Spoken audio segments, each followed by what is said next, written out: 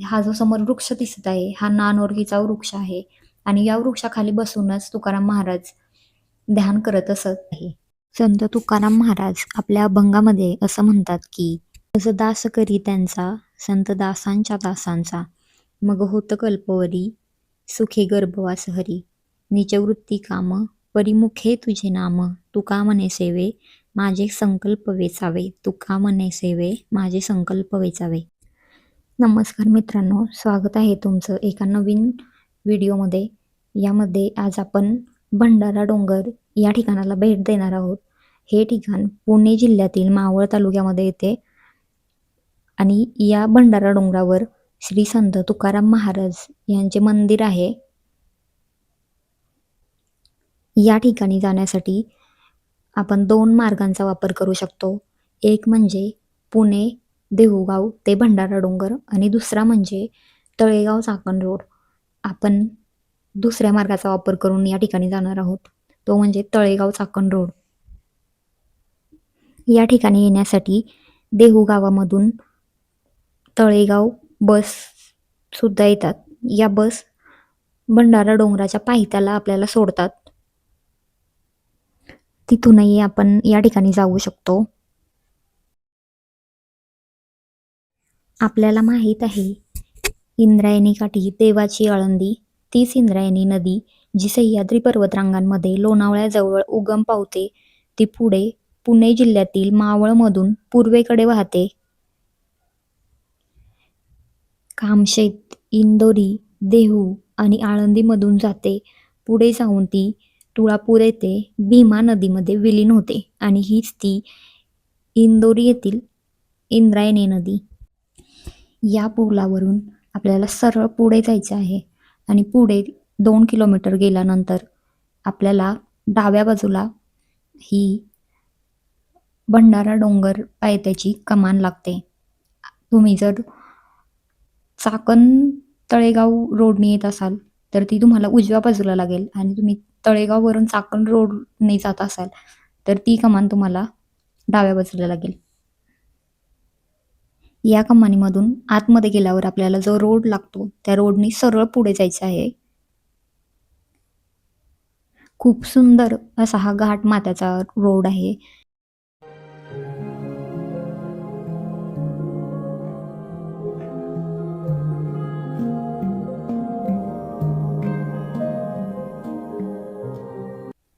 मंदिराच्या खालच्या बाजूला पार्किंगसाठी जागा आहे. पार्किंगपासून थोडं अंतर पुढे आल्यावर रस्त्याच्या दोन्ही बाजूला आपल्याला छोटी दुकानं दिसतात. या दुकानांपासून सरळ पुढे यायचं आहे.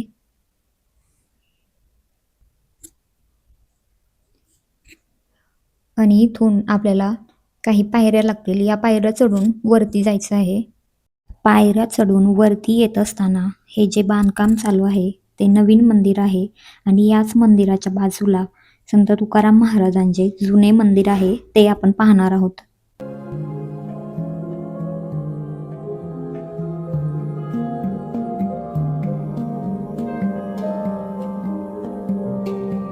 समोर आल्यावर आपल्याला ही एक पाण्याची टाकी दिसते. या टाकीच्या बाजूलाच श्री संत तुकाराम महाराजांचे जुने मंदिर आहे. या पाण्याच्या टाकीच्या बाजूने आपल्याला मंदिरासाठी जायचे आहे. हे आहे जुनं मंदिर. या मंदिरामध्ये आपल्याला संत तुकाराम महाराजांची कोरीव अशी मन प्रसन्न करणारी मूर्ती दिसते आणि याच मूर्तीच्या पाठी गणपती बाप्पा, श्री दत्त दिगंबर, विठ्ठल रुक्मिणी यांच्याही मूर्ती आहेत. तसेच एक महादेवाची पिंड सुद्धा आहे.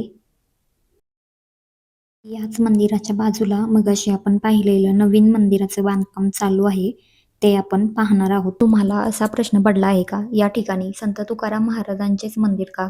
तर हे ठिकाण देहूगावपासून अगदी काही अंतरावर आहे. संत तुकाराम महाराज हे या ठिकाणी नेहमी येत असत. हा जो समोर वृक्ष दिसत आहे हा नानोर्गीचा वृक्ष आहे आणि या वृक्षाखाली बसूनच तुकाराम महाराज ध्यान करत असत. असे म्हणतात की या वृक्षाखाली बसूनच त्यांना गाथेचा साक्षात्कार झाला.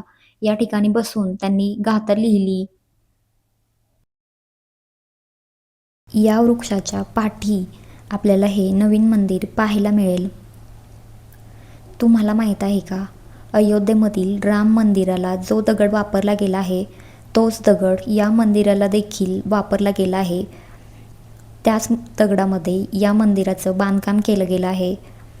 तुम्ही पाहू शकता, खरंच खूप कोरीव आणि रेखीव असं हे काम केलं गेलं आहे. प्रत्येक ठिकाणी खूप नाजूक असं काम केलं गेलं आहे.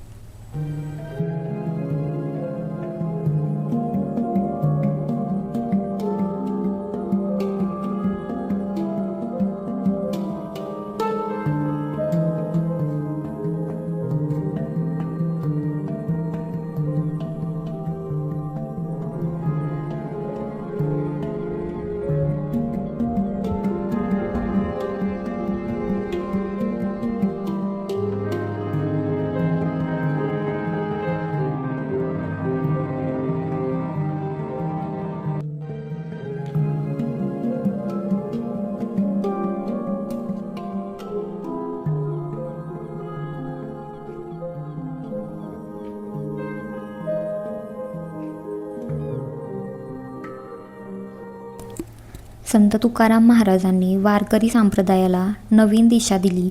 भक्ती, समाज प्रबोधन, समानता आणि अंधश्रद्धेवर निर्भीड प्रहार ही त्यांच्या विचारांची प्रमुख वैशिष्ट्ये होती. गाथा म्हणजे संत तुकाराम महाराजांनी रचलेल्या अभंगांचा संग्रह आहे. यामध्ये सामाजिक दांभिकतेवर प्रहार, व्यावहारिक जीवनातील सूत्रे आणि ईश्वर भक्तीचे मार्गदर्शन त्यांनी केले आहे.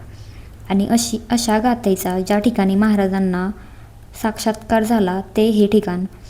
खरंच वारकरी संप्रदायासाठी ही खूप अभिमानाची गोष्ट आहे. ऐतिहासिक वारसा जपण्याचे काम या ठिकाणी केले जात आहे.